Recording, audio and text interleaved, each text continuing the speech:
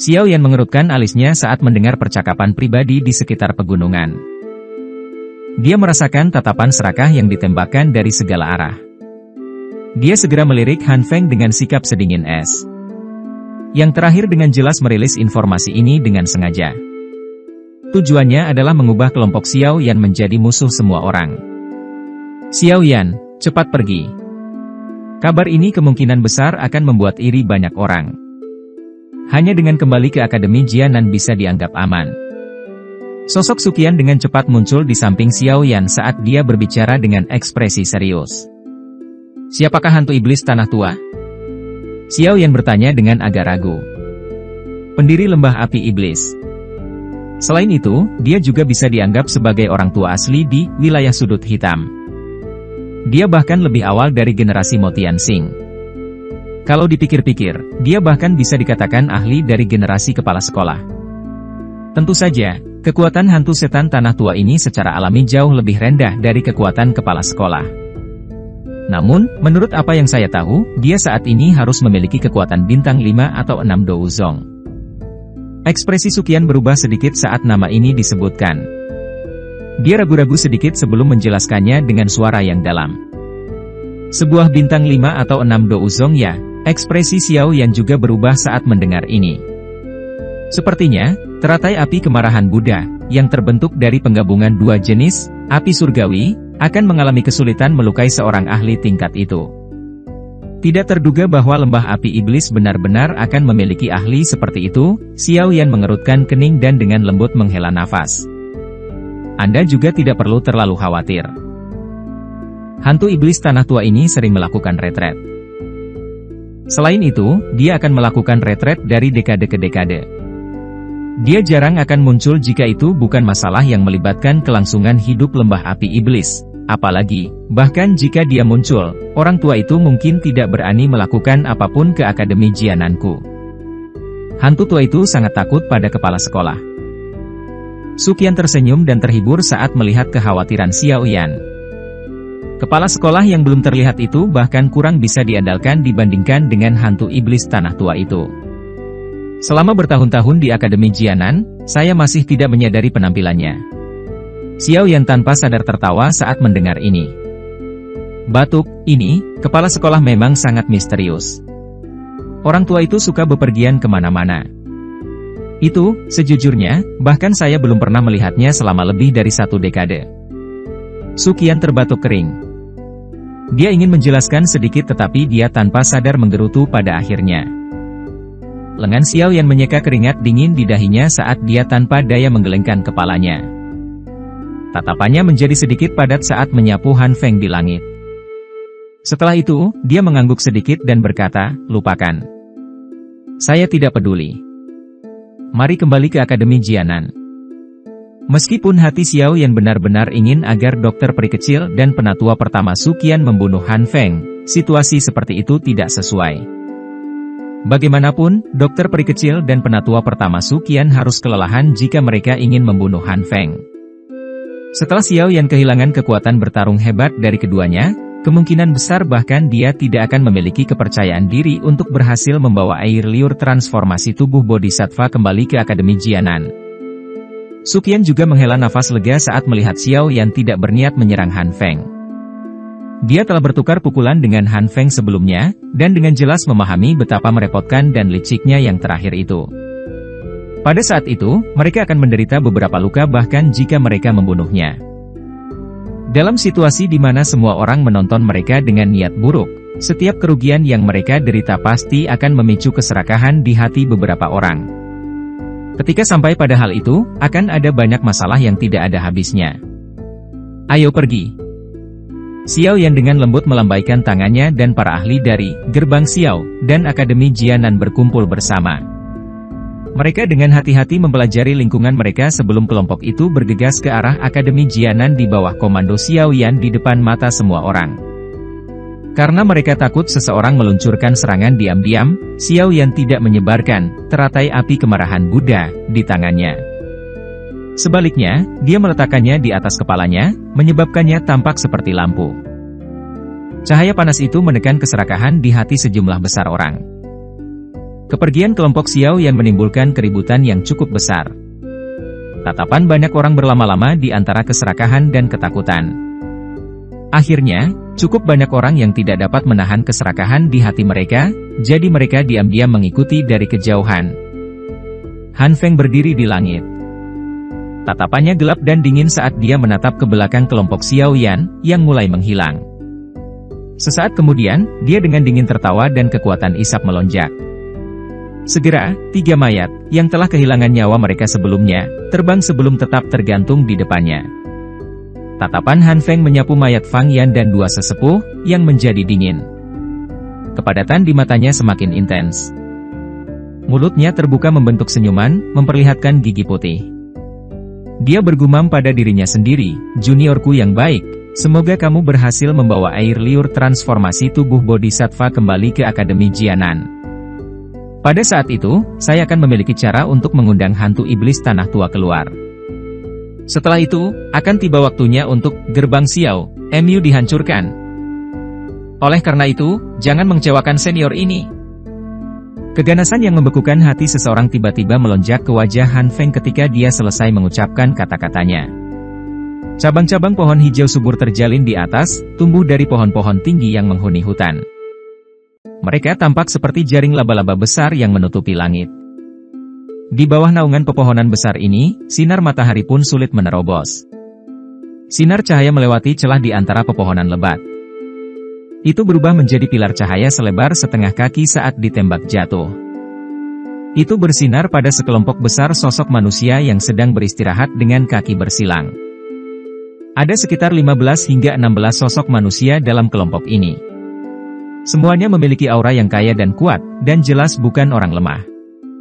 Beberapa orang di antara mereka bahkan memiliki aura yang tidak jelas, sehingga sulit untuk mendeteksi kekuatan mereka yang sebenarnya. Namun, dari tingkat penghormatan di wajah orang-orang di sekitar, terlihat jelas bahwa orang-orang ini adalah inti dari kelompok ini. Bang! Beberapa suara teredam tiba-tiba muncul di hutan yang sunyi dan jauh. Segera, suara daging fisik yang jatuh ke tanah mengikuti. Seseorang sepertinya bisa mendengar tangisan yang menyedihkan. Namun, orang-orang yang duduk di tanah tidak bergerak. Mereka mengabaikan tangisan menyedihkan yang memenuhi telinga mereka.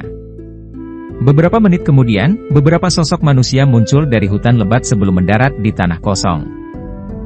Mereka berlutut di depan seorang pemuda berjubah hitam dan berkata, "Ketua, orang-orang di belakang, yang agak dekat, diam-diam telah disingkirkan oleh kami." Pemuda berjubah hitam itu akhirnya membuka matanya yang tertutup rapat setelah mendengar kata-kata ini. Dia menunjukkan sepasang murid seperti tinta dan mengangguk sebelum tertawa dingin. Orang-orang ini benar-benar terlalu sembrono. Tetua pertama, seberapa jauh sampai kita tiba di Akademi Jianan? Jika tidak ada kecelakaan yang terjadi, kita mungkin bisa mencapainya lusa. Seorang lelaki tua berambut putih di samping pemuda berjubah hitam itu tersenyum dan berkata, "Untungnya, kami memiliki cukup banyak orang di pihak kami. Kalau tidak, kita akan diganggu oleh lalat-lalat yang menyusahkan itu sampai kita sulit beristirahat." Pemuda berjubah hitam itu juga tersenyum. Dia mengangkat kepalanya sedikit untuk menunjukkan wajah muda yang familiar di bawah sinar matahari yang hangat. Orang ini adalah Xiao Yan dan orang-orang di sekitarnya secara alami berasal dari Gerbang Xiao dan Akademi Jianan yang telah meninggalkan kota Kaisar Hitam. 2 hari telah berlalu sejak pertempuran besar itu. Selama 2 hari ini, kelompok Xiao Yan telah meningkatkan kecepatan mereka saat mereka bergegas ke Akademi Jianan. Namun, masih ada orang serakah yang terus mengikuti mereka meskipun kecepatan perjalanan mereka. Mereka seperti serigala lapar yang tinggal jauh, tetapi masih siap untuk bertindak setiap saat jika diminta oleh kesempatan sekecil apapun. Meskipun cukup banyak dari mereka dieliminasi oleh taktik ganas, Gerbang Xiao, dan Akademi Jianan, sejumlah dari mereka terus melonjak, bertindak seperti kelelawar vampir yang mengendus aroma darah segar. Selain itu, terlepas dari perubahan rute yang diambil kelompok Xiao Yan, orang-orang ini masih dapat mengikuti secara akurat. Setelah situasi ini terus terjadi, kelompok Xiao Yan dapat mengatakan bahwa pasti ada seseorang di belakang memacu mereka. Apalagi, hanya ada segelintir orang yang memiliki kemampuan seperti itu. Namun, meskipun ditatap oleh banyak pasang mata, Untungnya sebagian besar ahli dari Gerbang Xiao dan Akademi Jianan telah datang kali ini. Karenanya, beberapa hal tidak perlu merepotkan Xiao Yan untuk ditangani secara pribadi. Jika tidak, dia pasti akan menjadi lelah karena jumlah orang yang tak terhitung jumlahnya ini dan dia mungkin tidak akan bisa menghindari kerugian. Meskipun orang-orang yang mengejar kita tidak kekurangan individu yang terampil, seorang ahli yang memiliki level yang sama dengan Han Feng belum muncul. Oleh karena itu, kami tetap dapat mengelola meskipun sedikit mengganggu. Dokter peri kecil di sisinya dengan lembut berbicara. Orang tua itu tidak akan mudah menyerah.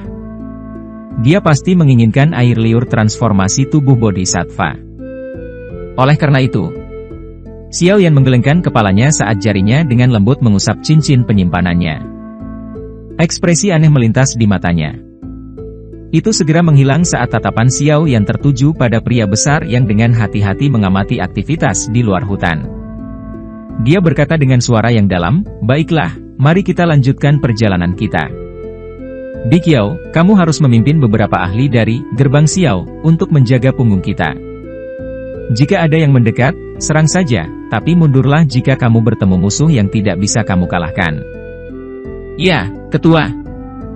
Bi Qiao menganggukkan kepalanya saat mendengar kata-kata Xiao Yan. Xiao Yan bertukar pandang dengan Suqian dan yang lainnya setelah memberikan instruksi. Mereka dengan sigap bangkit dan melambaikan tangan. Banyak sosok manusia mulai melonjak saat mereka menyapu hutan seperti macan tutul ganas. Setelah itu, mereka dengan cepat bergegas keluar dari hutan. Di belakang mereka, Bi Qiao memimpin beberapa ahli dari Gerbang Xiao dan perlahan mengikuti. Dia dengan hati-hati memindai sekeliling. Perjalanan dengan cepat menjadi lebih pendek di tengah pengejaran yang berulang kali. Namun, para ahli dari wilayah sudut hitam yang mengejar kelompok Xiao Yan tampaknya menyadari bahwa mereka semakin dekat dengan Akademi Jianan. Segera, hati mereka mulai merasa gelisah dan tidak nyaman. Jika kelompok Xiao Yan diizinkan memasuki Akademi Jianan, mereka benar-benar akan kehilangan kesempatan untuk merebut barang itu. Oleh karena itu, semakin banyak keserakahan orang mengatasi alasan mereka saat mereka mulai melepaskan berbagai serangan diam-diam pada kelompok Xiao Yan. Namun, semuanya berakhir dengan kematian yang menyedihkan. Selama salah satu serangan diam-diam, bahkan ada 3 ahli Dou Huang yang telah bergandengan tangan hanya untuk meninggalkan satu mayat. 2 lainnya melarikan diri dengan menyedihkan setelah terluka parah. Setelah 3 elit Dou Huang menderita kekalahan besar dan mundur, cukup banyak orang yang tamak diam-diam bangun sedikit. Sekarang, mereka akhirnya tiba-tiba memahami bahwa ada 2 Dou Zong asli dalam kelompok yang mereka ikuti. Setelah berpikir tentang betapa kuat dan menakutkannya seorang elit Dou Zong, rasa dingin perlahan-lahan naik di hati sejumlah besar orang-orang. Oleh karena itu, mereka mulai mundur secara diam-diam. Malam hitam pekat menutupi pegunungan yang luas dan tak berujung. Raungan binatang yang rendah dan dalam bergema untuk waktu yang lama. Cahaya bulan yang redup tersebar ke bawah, tetapi mengalami kesulitan untuk mengeluarkan kegelapan yang menyelimuti hutan. Cukup banyak kebakaran telah muncul di hutan ketika sekelompok sosok manusia, dengan pakaian agak compang-camping, mulai duduk dengan kaki bersilang satu demi satu. Jelas, mereka telah mengalami pertempuran yang cukup intens di sepanjang jalan. Meskipun ekspresi mereka agak menyedihkan, cukup banyak orang yang masih menunjukkan cahaya. Begitu mereka bertahan malam, mereka akan bisa mencapai Akademi Jianan keesokan harinya. Saat itu, mereka bisa tenang. Tatapan Xiao yang menyapu orang-orang yang agak lelah saat dia duduk di samping api. Dia sedikit tersenyum dan menjentikkan tangannya. Lebih dari 10 butir pil obat terbang keluar dan berhenti di depan tatapan tertegun semua orang. Beberapa hari terakhir ini sangat sulit bagi semua orang. Konsumsi pil obat ini akan menguntungkan kalian semua. Xiao Yan tertawa. Kegembiraan segera melonjak ke mata semua orang ketika mereka mendengar ini. Mereka buru-buru mengambil pil obat dan membungkuk ke Xiao Yan. Mereka semua menyadari status Xiao Yan sebagai seorang alkemis, dan secara alami memahami bahwa benda di tangan mereka pasti tidak biasa. Xiao Yan tersenyum. Dia bertukar pandang dengan Suqian dan dokter peri kecil setelah melihat semua orang mengonsumsi pil obat, dengan cepat menyilangkan kaki, dan berlatih.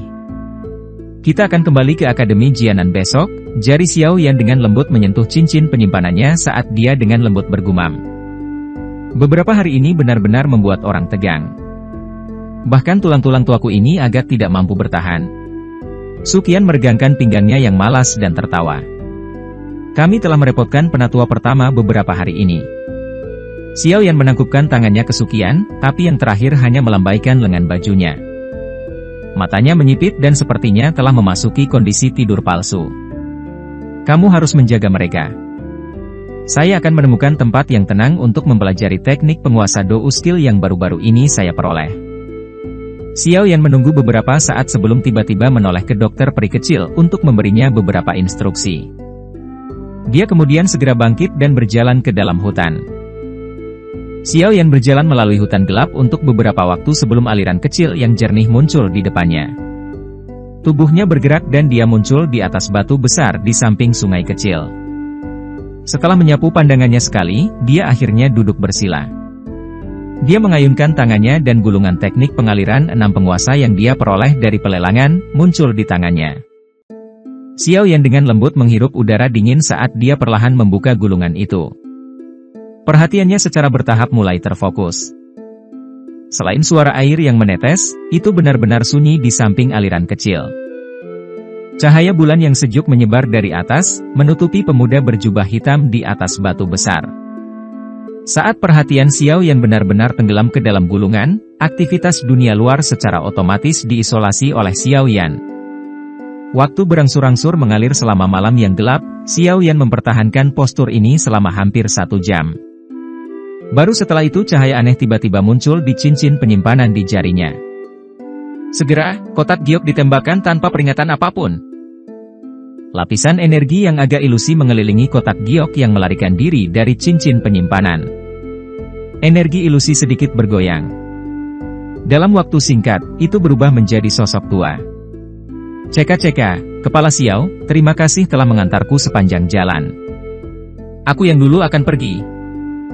Sosok ilusi yang agak tua baru saja muncul ketika menertawakan Xiao Yan di atas batu besar dengan cara yang aneh. Tubuhnya tidak berhenti sejenak pun. Dengan sekejap, ia mencengkeram kotak giok dan melesat ke arah hutan yang gelap. Kecepatan sosok tua itu sangat cepat.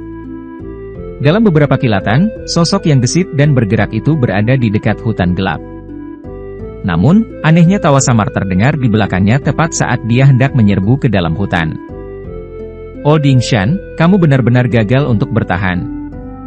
Sosok tua itu tiba-tiba menegang saat mendengar suara ini.